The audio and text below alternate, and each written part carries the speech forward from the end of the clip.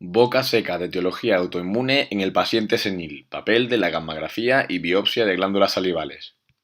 El síndrome de Sjögren primario es una exocrinopatía autoinmune sistémica de carácter crónico que afecta principalmente y de forma característica a las glándulas exocrinas.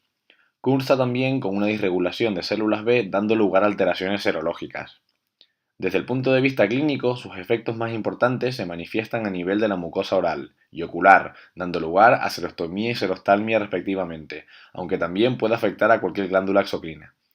La prevalencia de pacientes con síndrome de Sjögren primario mayores de 70 años es del 15%, lo que supone un dato bastante significativo en pacientes seniles, y su prevalencia en la población general varía entre un 0,5 y un 4%, aunque debido a su pobreza sintomática, sobre todo en estadios iniciales, condiciona un importante infradiagnóstico.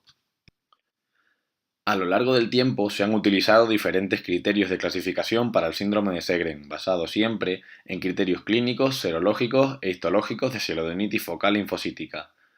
No existen criterios de clasificación universalmente aceptados, pero los más recientes y ampliamente utilizados son los criterios europeoamericanos del año 2002, los del grupo SICA-ACR del año 2010 y los del grupo ACR-EULAR del año 2016. Todos se basan en la sintomatología y en pruebas objetivas del síndrome Zika con las alteraciones serológicas características de la enfermedad. Por lo tanto, el diagnóstico del síndrome de Sjögren primario se basa en la demostración objetiva de queratoconjuntivitis seca y o hiposecreción salival en el contexto de una enfermedad autoinmune. Para el diagnóstico de la hiposecreción salival se utilizan, entre otras, la gammagrafía y la biopsia de glándulas salivales menores. La gammagrafía es una técnica funcional que permite objetivar la serostomía y se basa en la medición de la captación, concentración y excreción del isótopo pertecnetato por las glándulas salivales parótidas y submandibulares. Se valora durante 30 minutos dicha captación y a los 15 minutos de la prueba se administra un secretagogo, que suele ser el limón.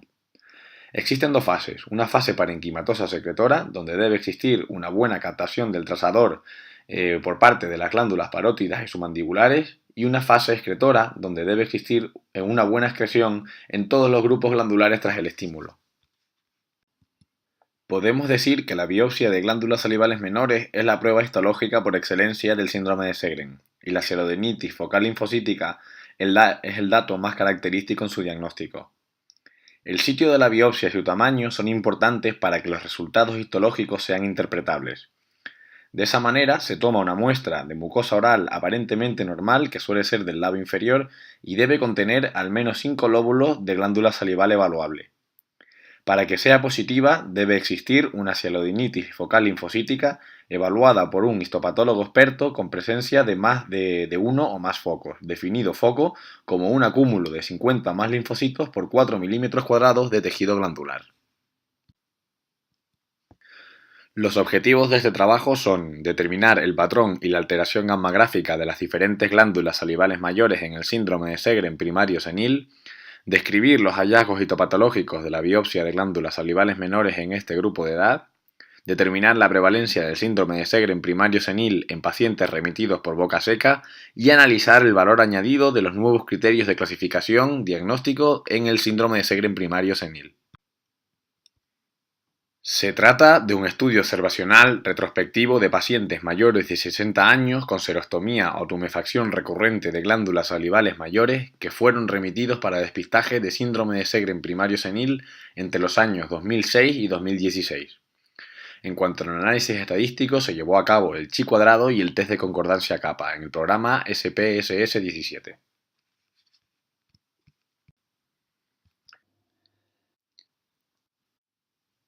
Este estudio se llevó a cabo en 102 pacientes, de los cuales el 87% fueron mujeres. Presentaban tumefacción glandular recurrente el 9%. Tenían la gammagrafía alterada la mitad de ellos, con una clara afectación de la captación sobre la excreción. La glándula más afectada fue la submandibular y de manera bilateral. Finalmente fueron diagnosticados de síndrome de Sjögren primario senil el 31% de los pacientes, y los resultados de la biopsia en ellos fue de un 14,3% de alteraciones inespecíficas y un 12,7% de sialodenitis focal. Cabe destacar también que al aplicar los criterios ACR-EULAR del año 2016 no aumentó la prevalencia de síndrome de Sjögren primario senil, con un índice kappa de concordancia de 0,58.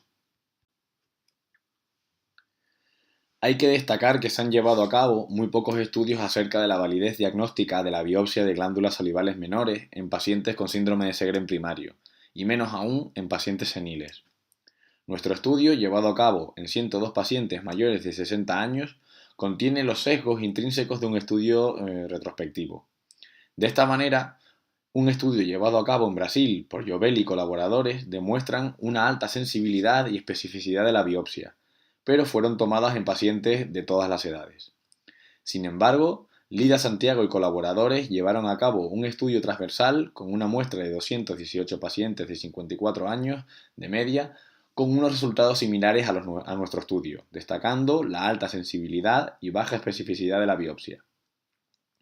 Morman y colaboradores destacan en su revisión el ya de por sí difícil diagnóstico del síndrome de Sjögren y el diagnóstico aún más complicado en pacientes seniles, justificando que en estos existe una comorbilidad asociada mayor, muchos se encuentran en tratamientos con fármacos causales de serostomía y a estas edades se produce una atrofia glandular con degeneración adiposa y fibrosis.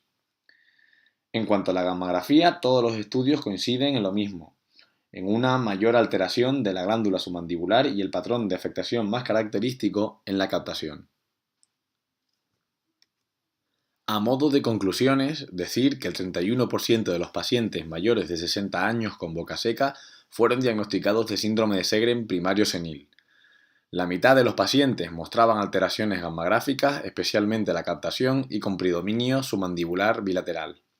El 17,6% de los pacientes con síndrome de Sjögren primario senil tenía cialodenitis focal y la biopsia de glándulas salivales menores fue normal en la mitad de los pacientes. Por último, la aplicación de los nuevos criterios no aumentaron la prevalencia de síndrome de Sjögren primario senil, pero sí remarcaron el valor de la biopsia de glándulas salivales menores en la tipificación etiológica.